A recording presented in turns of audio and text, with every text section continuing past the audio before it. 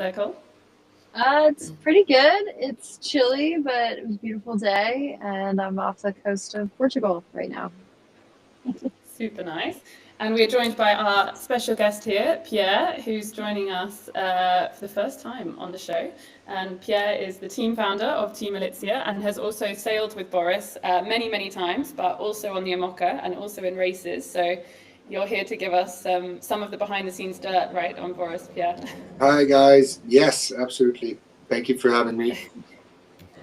Super nice. So first we have a little video of actually one of the first days I met Pierre, I think second or third day. This is in the route to Rome start. Pierre was the last man on board and did a classy exit, right? Yeah, this was actually the first time I heard about Malizia was watching Pierre 7 minutes before the start of the route to Rome. This was like 7 minutes before Boris was about to sail across the Atlantic. Pierre decides to climb on the outrigger and jump off the side. Oh, it's so awesome. Yeah. I love it. I think still my favorite disembarking of the boat, to be honest. Yeah, it was kind of tricky. I couldn't find much space to put my foot to push off.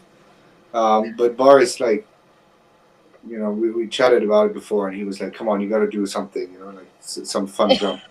And I could see everyone jumping off the back. You know, it was just a bit like poof, you know. And so I thought, okay, I'm going to try the outrigger. It worked out. It worked out. It was close. Could have slipped. You know, in that video, it looks like you're going to land on the foil, but it's not too far from the foil, but there's enough space for it. But it was fun. Yeah, it was definitely a memorable jump. I don't know how many times I would want to do that again. It could have ended up differently. Yeah. Not on the new boat there. Yeah. Super nice. So we are going to start off with our normal 1 to 10. I think we start with Cole because you're in the most unusual position. So how are you feeling from 1 to 10 and why?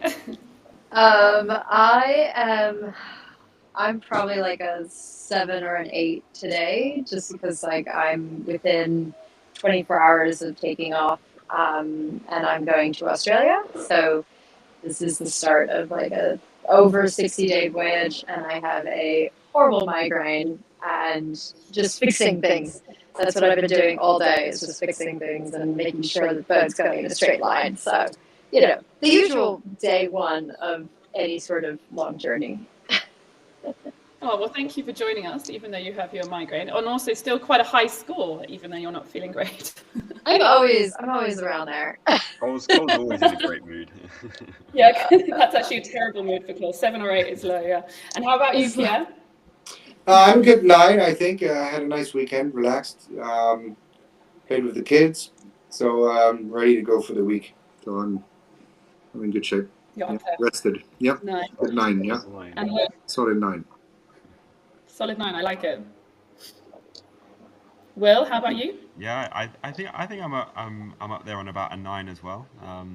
Still riding the high of new baby life and stuff, and yeah, it's been a crazy week following the Vendée and seeing how it's kind of panned out that first Southern Ocean low, and I think the next week's going to be pretty exciting too. So yeah, let's see. And you're going to give us a report on that at the end, or yes, in a bit, exactly. Right? What's to come for sure. Exactly.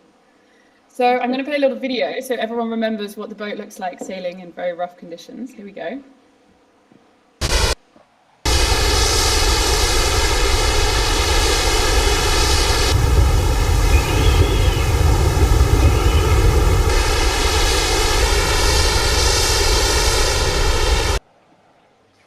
Oh yeah.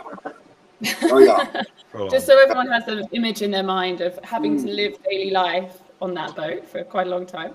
So yeah, I think we can all agree it's a pretty extreme condition to live in. And I remember Rosie during the ocean race saying that actually life was simplified on board for her because it was like she had just this clockwork routine. I know other people have compared it to camping on a roller coaster, but maybe you three could give us a few like short insights, maybe even some words of what it's like to live in that environment. Let's go first. I'm going to start first because for me it's one word. It's relentless. It's like that video was like 10 seconds there, I think, probably less. Like, you imagine doing that for 10 seconds it's fine, but imagine doing that for 30 days now, which is exactly what Boris is about to go through. Maybe not quite as full on as that the whole time, but it's going to be pretty full on. So like it takes a lot of mental strength, I think, to like have to keep like living your life. You still have to eat, still have to sleep, you still have to change your clothes and shower, or maybe not even shower, but there's like, I think relentless is one good word, like it. I think, for that video to not forget. Yeah. Yeah, super nice. And Pierre, what about you? Look, it reminds me of a few moments. Like, so one time with Boris, I remember we banged. I think it was on the other one, but on the other Malizia. But I was a bit relaxed. I just got into like my sleeping bag, and we were banging so hard that I remember one of the bangs. I was trying to fall asleep. It was so hard that it kind of pushed some air out of my lungs. You know, I was like kind of relaxing. This is how hard you hit, and then you're like, you're gonna try and sleep with that. And I had another time. This time was with Giovanni, but actually also with Boris was there too. And I remember I had to get on it was my shift to get on, you know, and it was so stormy. It had been some hours and hours. Maybe the second day. I remember I couldn't put my gear on. I had like 4 or 5 seconds, and then it would bang. But the bang was so hard that you couldn't do anything else than just like sort of stop whatever you're doing. And it took me like minutes to just put like my pants and like my boots. You know, even moving on the boat, it's like you have a few seconds and then down. You know, you gotta hold on, and then a few seconds to move, and then you know, the vibrations and the idea of doing that for 20+ days. It's impossible to understand if you haven't lived it. It's very difficult. Totally. Yeah. And what about you, Cole? Cole's in there right now. Cole is actually right now. Yeah. You know, come on, pretend you're moving. Go like this. I know. And actually, Around. the wind just came down, so it actually is a lot more gentle. Before it was gusting 30, and pretty wash machine conditions. So the boat was kind of like. But now it's actually quite smooth. Now the sun's going down. So, but yeah, no, it's true. I don't think I have it nearly as bad as what Boris has it. And especially in the Southern Ocean, like it was pretty violent in like my class 40, but Boris, I think because the boats are flying and they're going so fast and they're more likely to crash. I mean, for me, it's like I'm doing between 12 and 18 knots. That's just a totally different animal compared to Boris, who's doing like upwards of 35, 40 knots. And so yeah, I think for me, just like making sure that the autopilot is all set up and perfectly, and making sure sails are all set up and organized, and I'm eating and sleeping. And like today I didn't sleep enough because I was just too preoccupied with like getting everything sorted. And you don't really realize when like sleep starts to catch up on you and you're like, oh my gosh, I still have to work all night long and I didn't sleep today. So it's a mistake, and I will remember it.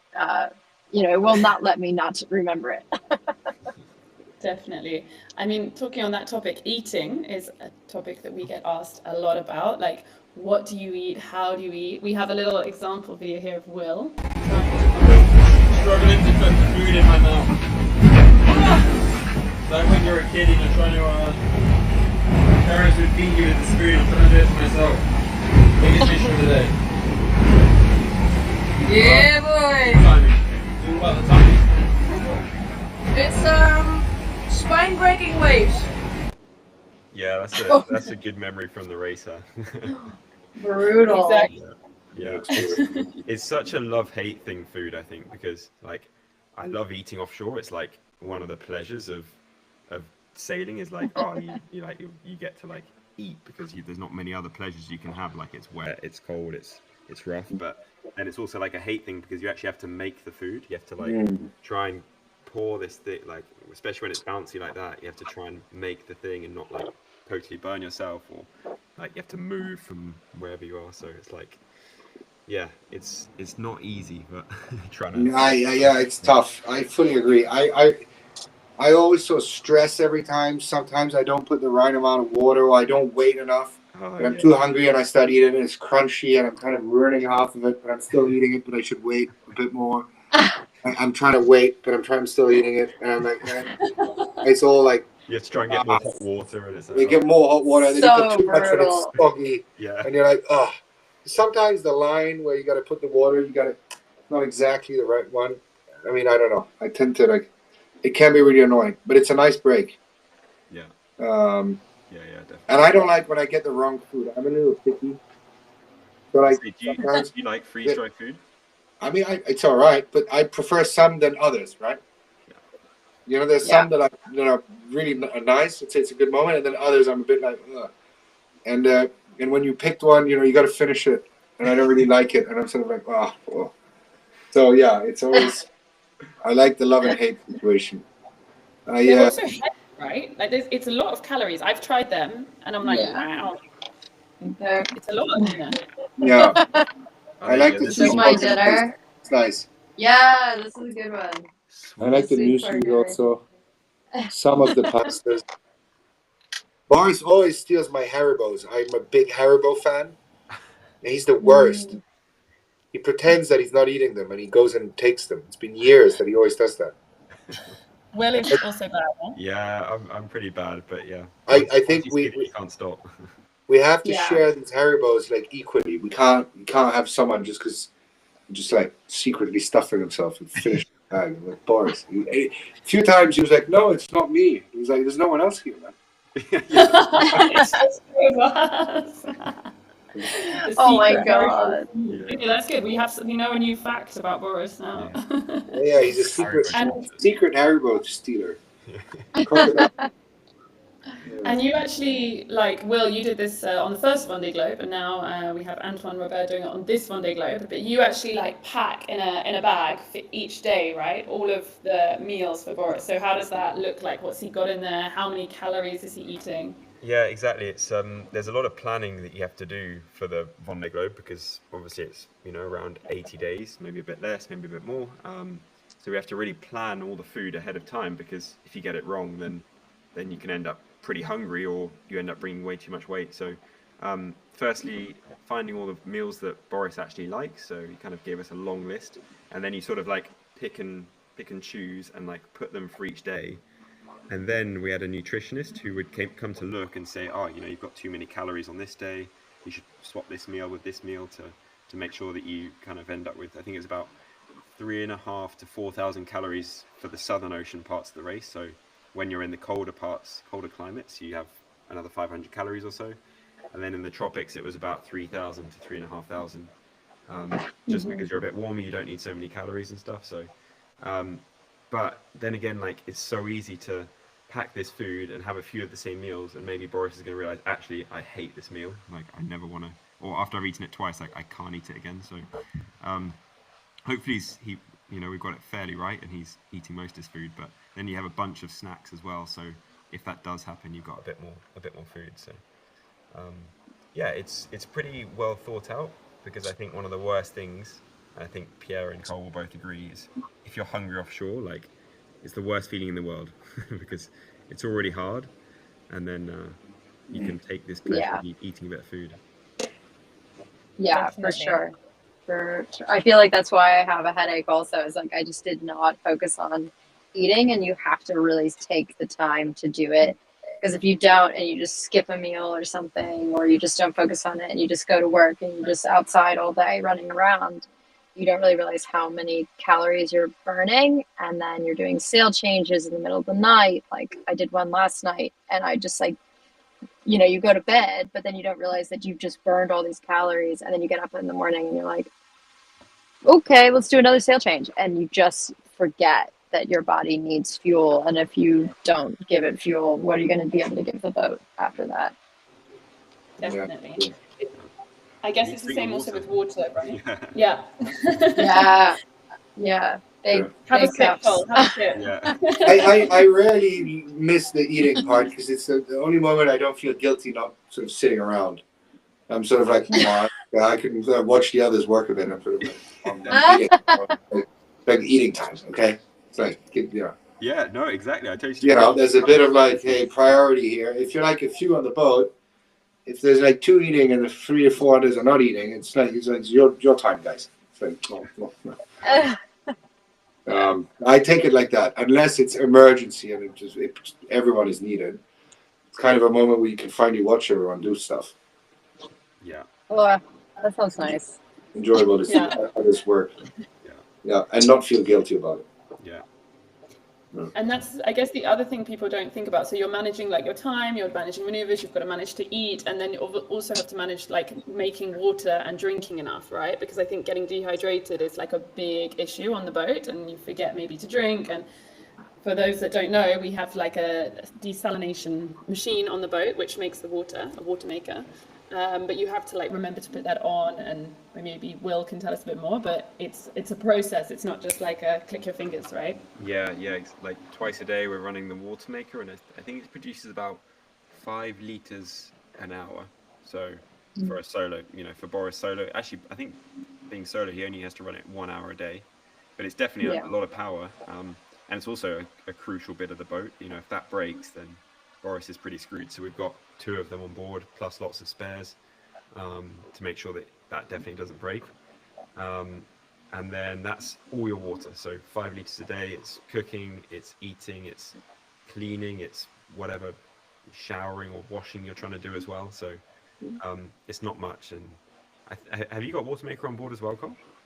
Yeah, I have the same one that Boris has actually, but I don't have 2 of them. I just have one, and yeah, it's in like a super safe spot, and it can't get wet. Like these things are not waterproof; they rust super easy, and you have to go back and double check. I actually did all the plumbing in the boat because I wanted to make sure that I knew where the weak points were before I went around the world, and so that's my perfect little area over there. It's nice. Yeah, very important piece of kit. You don't want that to have an issue.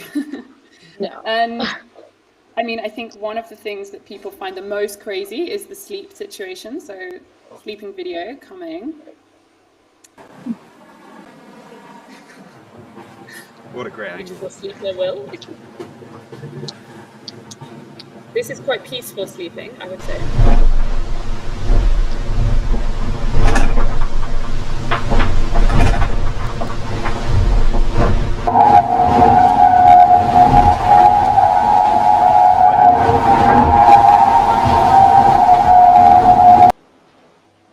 Yeah. That sound. That sound. I don't miss that. No. I mean, one of you guys, tell us about sleep. I mean, to me, like, I'm a pretty good sleeper, but that looks crazy. Like, I'm interested to know what Pierre thinks about the sleeping. Like, how do you? I mean, I have much less experience than you guys, so I guess I'm less used to it. But I would. It depends which format. But what I think that the thing that works the best is when you're actually really tired. So there's a point where, I mean, you're exhausted. So if you really push, enough, you eventually just fall asleep. What I've realized is that if it's very hardcore, it's never a full sleep. I always feel I'm sort of semi there, but the body's still recovering. But it's not like a blackout sleep, even if it'll last an hour and a half. It's never a full blackout if it's in these hard conditions, at least for me. And there's little moments where I'll like wake up a bit more. I'll be sort of, still eyes closed and like trying to sleep, but I'm like there, and then maybe for like half an hour you sleep a bit deeper, and then it comes back. I feel it like this, where it's a bit of waves, but it depends what's going on. But exhaustion at one point, there's no fighting it. At least for me, I mean, at one point I just have to have a break, and I'll sort of sleep for an hour or something. Yeah.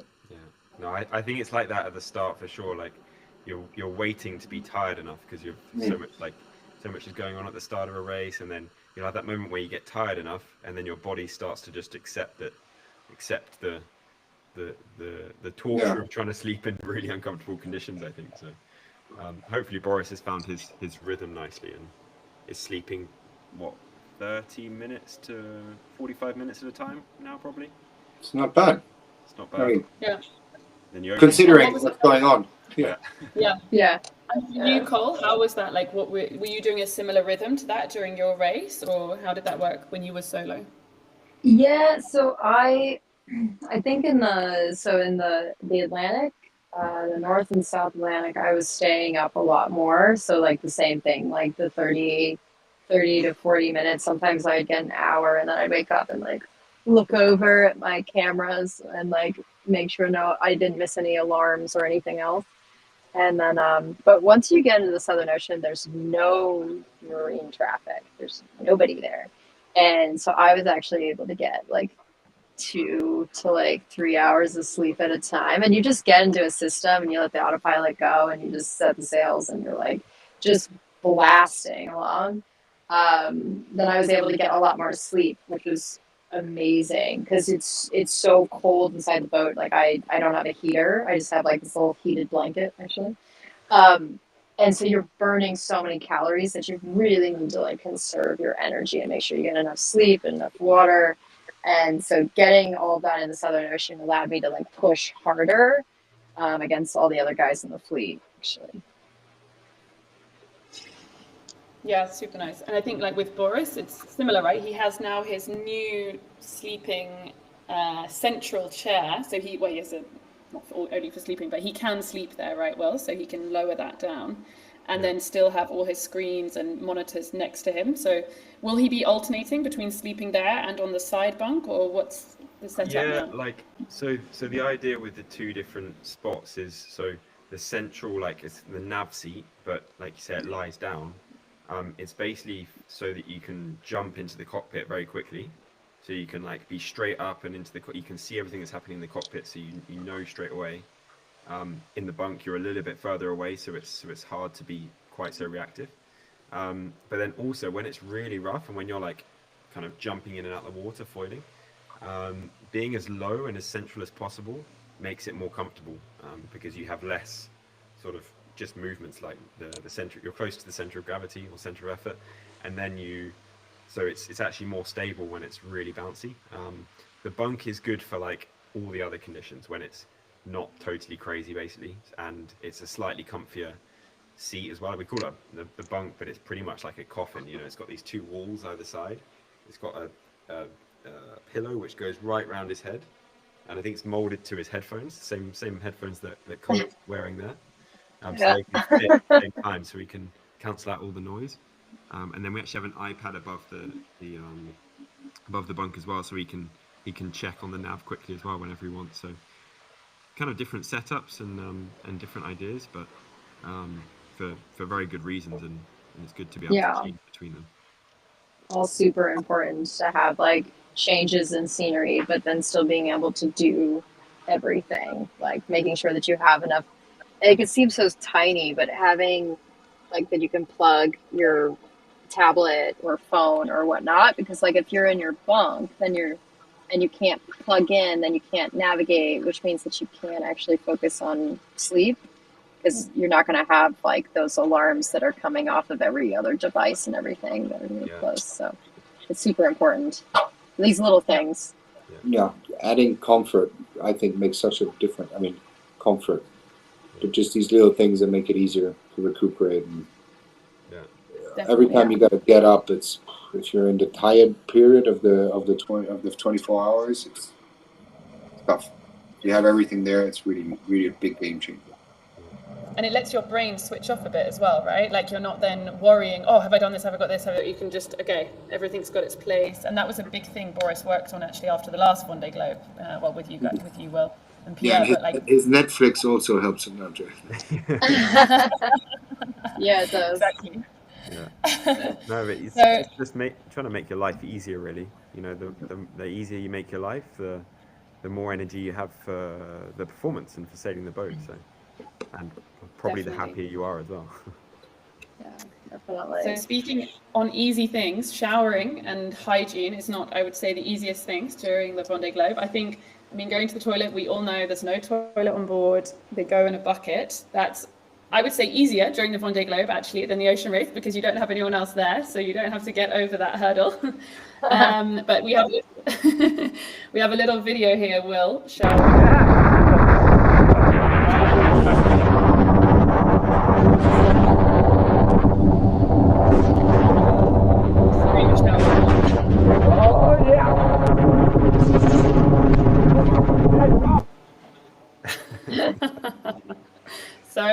honestly, the most refreshing feeling.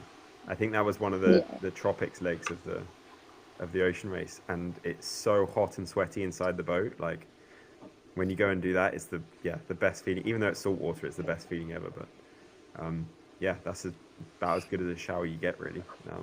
We saw some of the other sailors showering around the doldrums. I don't actually know if Boris showered or not, but we I guess he's not going to be showering that much in the upcoming days, right? I mean, it's freezing.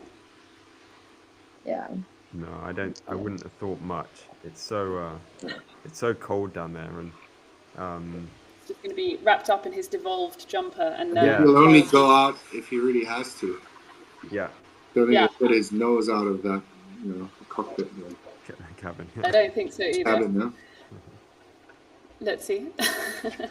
And then I think this is a bit your day-to-day life, but on top of that, you're also dealing with the unforeseen or the sudden things that happen. I think, Cole, one of my favorite videos of you is this one.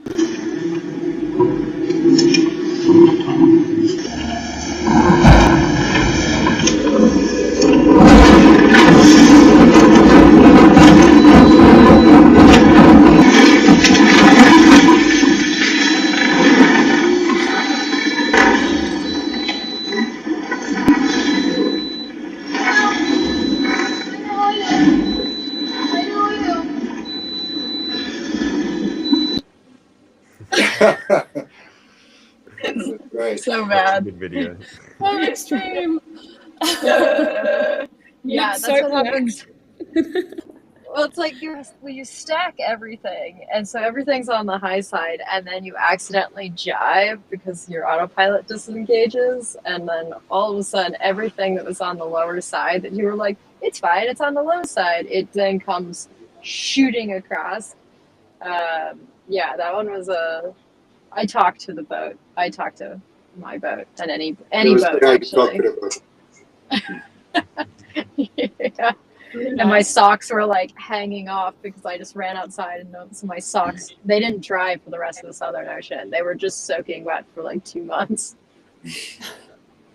I mean, that's the thing, right? You have to live this life, but then you also have to deal with situations like this. And I think I don't know, it seems to me that you were still quite calm. You're coming down, you're talking to the boat, you're like, okay, I know. And that's maybe something also people don't realize during this race. There will be times where these boats are knocked fully on their side, right? I think in the ocean race, that happened to quite a few of the teams quite a few times, actually. Yeah. What's that experience like for you guys? How do you, what do you feel when that happens? On IMOCAs, it's a terrible feeling when you, normally it's because you've done something wrong with the autopilot and it's steered slightly wrong like a wave, and in the video Cole there where you crash jibe and everything's on the wrong side, the keel's on the wrong side, and then suddenly all the sails are being pushed the wrong side as well, and you all end up kind of standing on the roof. First you're just oh please, I hope the mast or something isn't broken, because that's really the times that you damage the battens, damage the sails, and it's all the stuff, all the important stuff that's you really don't want to break. And so in the moment you're a bit just praying that everything's fine, and then once you get it back up, and I think everything feels all right, and you can kind of assess and check what's happening. But it's definitely not a nice moment, and especially when we had the crew on board as well. You have to get everyone out their bed, and you saw, it can happen at any moment. You could be eating a dinner, you could be on the toilet, you could and Cole there, the headphones straight off. I love that. Straight on. It was kind of good you went on deck in that video, actually, because the bag would have totally hit you otherwise.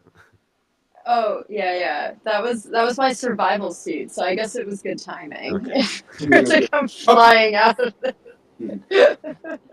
I was watching Below Deck at the moment, also the reality TV show, just enjoying my nice evening, and then all of a sudden I was like, gosh, do you really have to do this right now?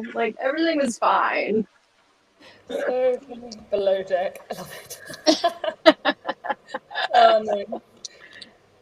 So I think next up we have probably routing with Will, but before you go into your weather with Will section, maybe you can also tell a bit what Boris is doing on board with the routing, because that's also a question we get.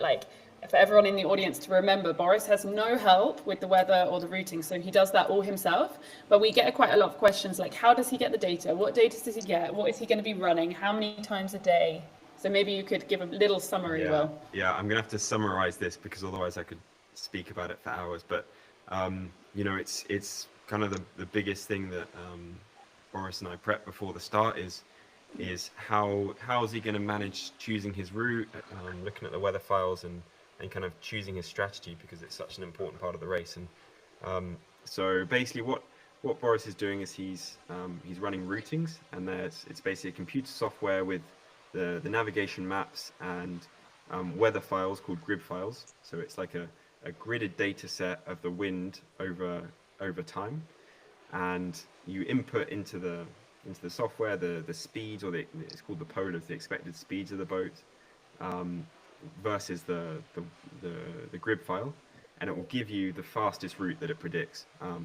And so Boris will start by doing this. He does it normally every 12 hours. The weather files come about, they actually come every 6 hours, but if you did it every 6 hours, you would lose half your day. So it's normally about every 12 hours we do it, just to manage how much, you know, he's only one person, he's got a lot to do still.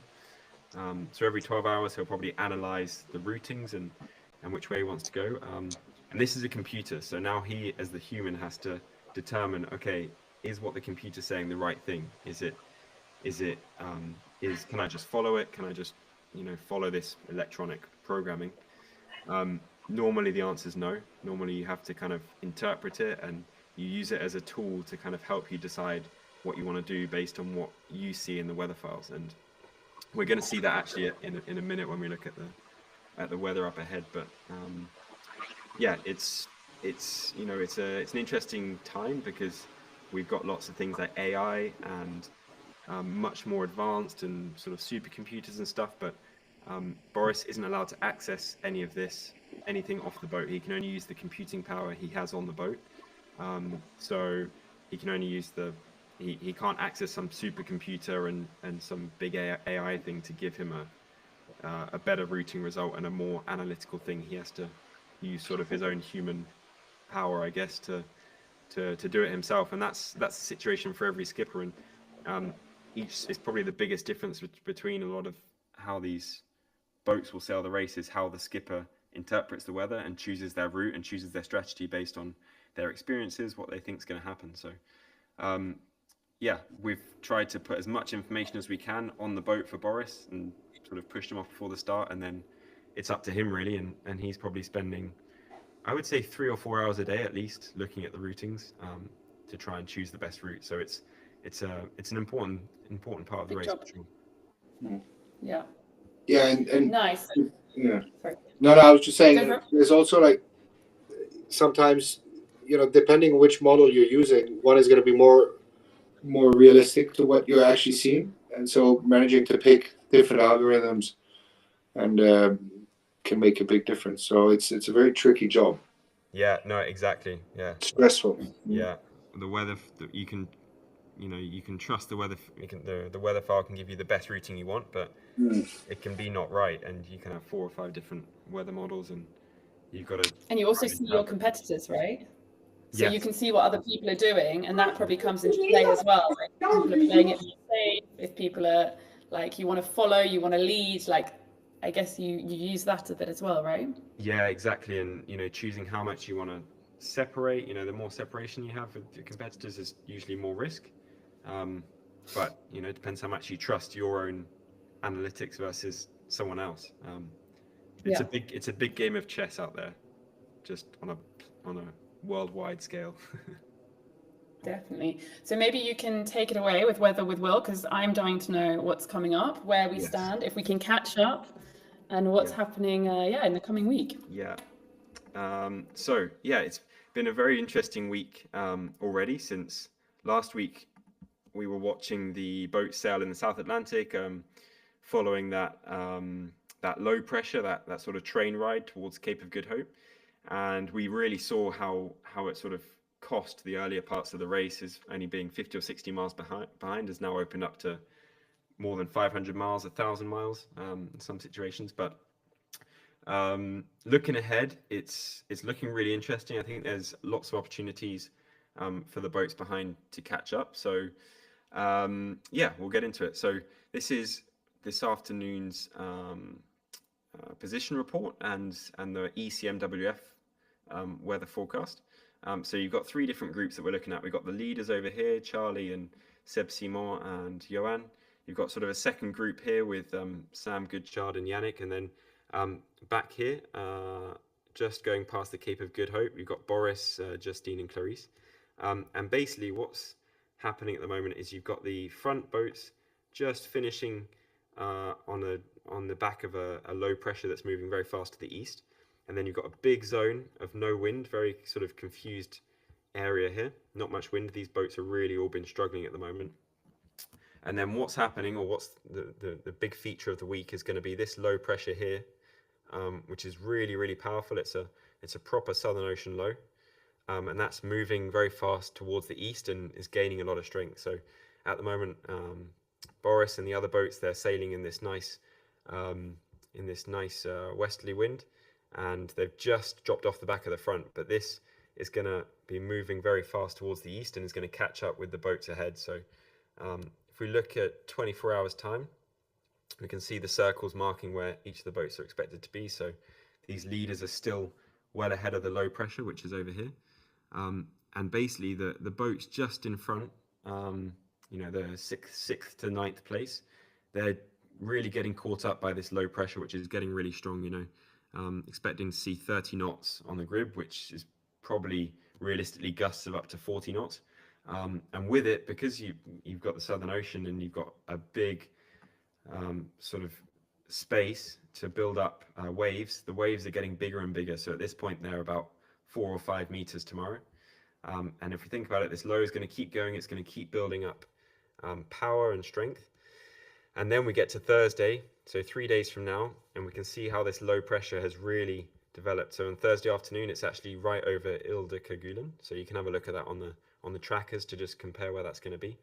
And we can really see on the back edge of the low pressure, we're seeing 50 or 60 knots. When you get the wind barbs looking like that, that's showing some really strong winds.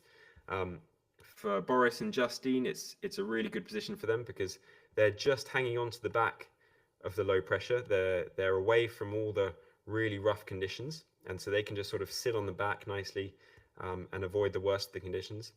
However, the boats in front, their routing actually takes them further north because it's trying to avoid this really strong wind area. It's much slower for the boats to sail in that much wind, so it actually pushes them up north out the way.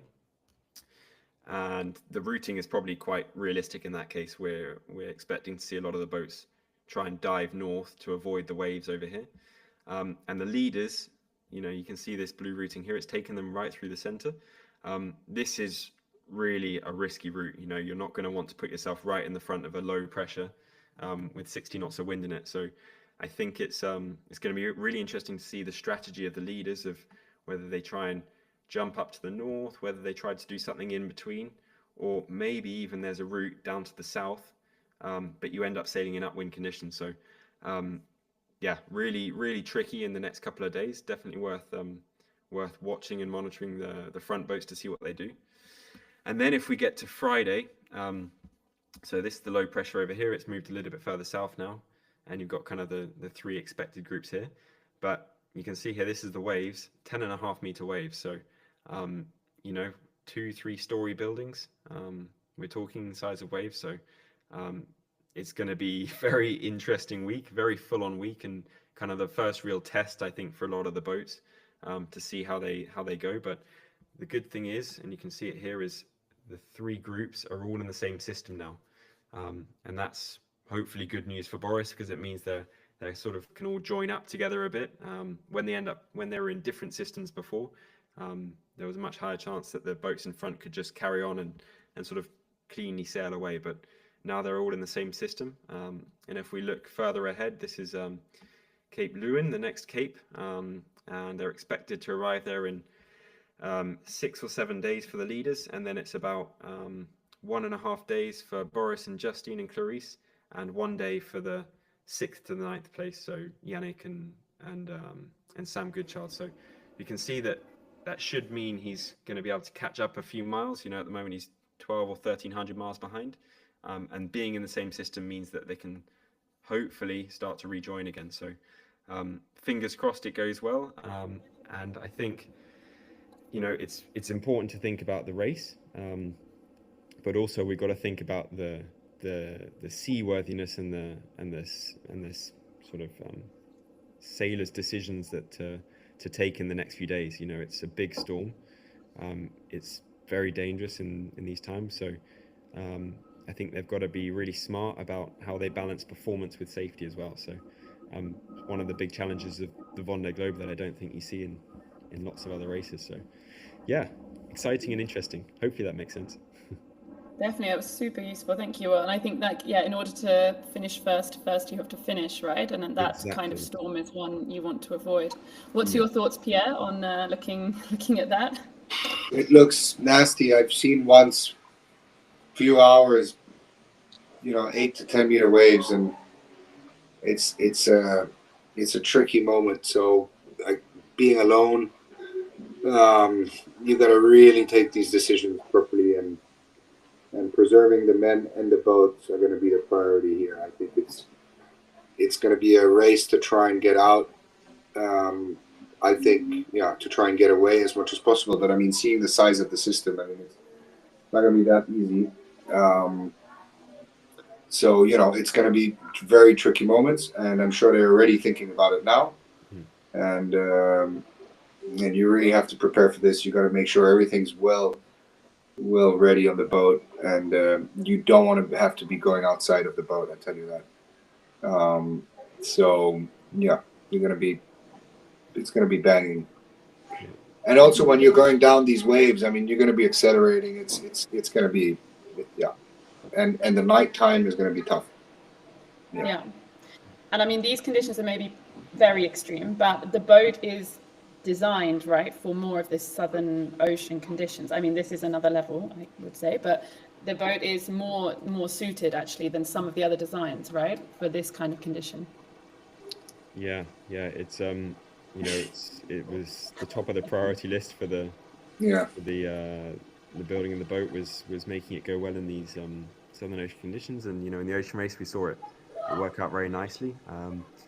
I think there's always a limit on these boats. There's a limit. I think it's more like between the 3 to 5 meter waves, the boat, you could see a difference. I think whenever you get like above 5-6 meter waves, I think at that point you can't really design a boat for that. It really depends on how steep those waves are.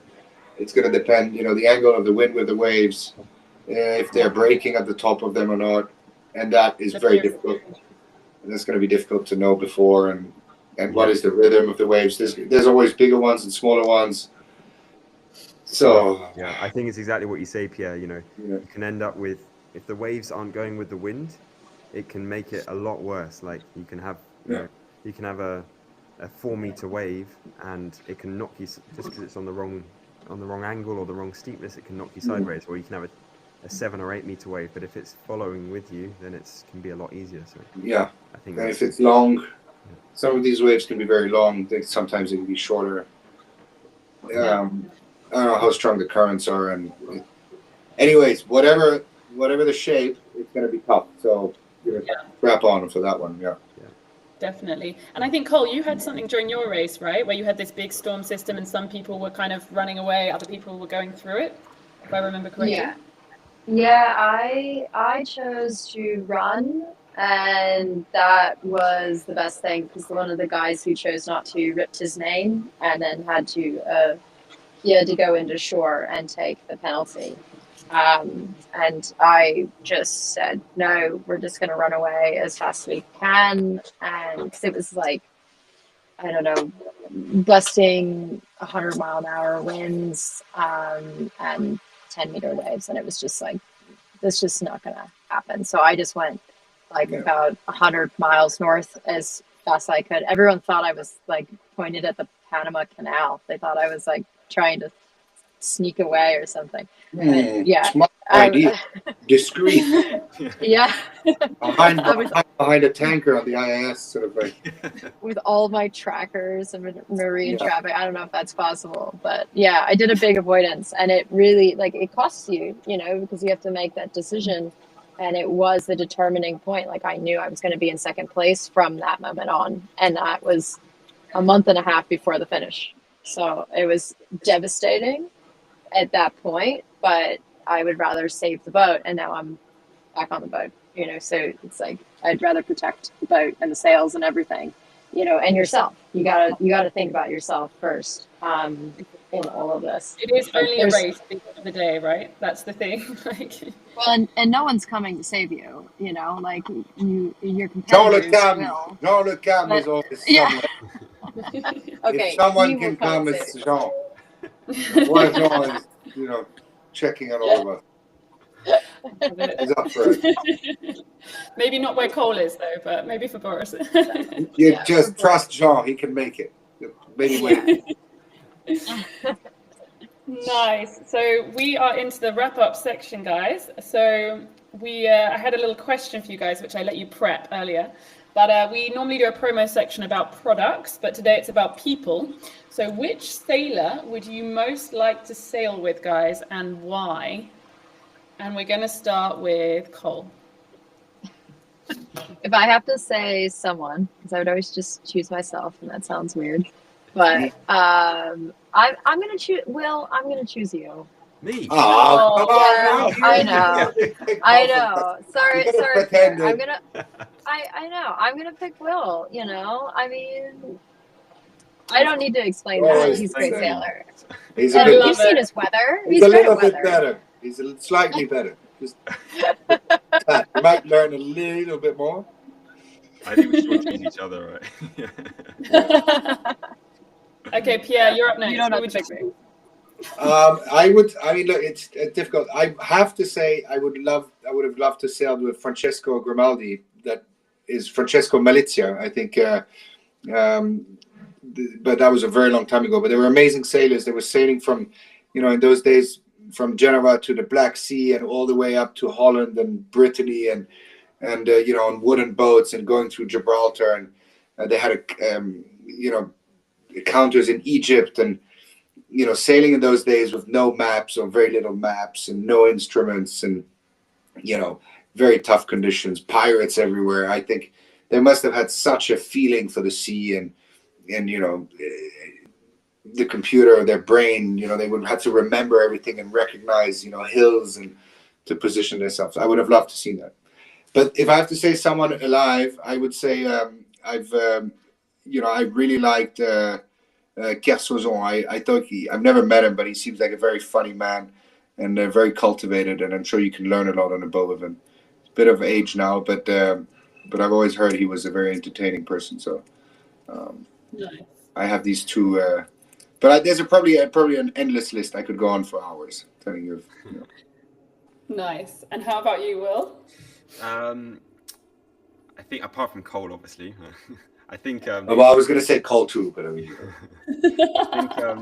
Next time. I think someone really interesting, maybe at the front of my mind at the moment because of the start of the Jules Verne Trophy, but Francis Joyon, because you're watching the tracker right now, and there's, you know, it's 10 years ago they broke the record. They went around the world in 40 days, and they were on a pretty old boat even then. It was already like 12 years old, that boat, and even now his record is, well, he's still ahead on the tracker compared with the other latest generation foiling trimarans, and it's just incredible what they managed to do. And you know, the stories I've heard about him is how he does like super rough and dirty routing, like just very simple, very like blasé, kind of just go for it and do what he feels right. And because of his experience and you know, he won the Route de Rome a few years ago as well. It's you know, it's just, he's a true like salty sailor, legend. Offshore sailor, and just to, you know, a true sailing legend, I think, and to sail with him would be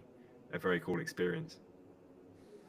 Let's see if he watches one day and we get it. Yeah, exactly. Get it on the Nice.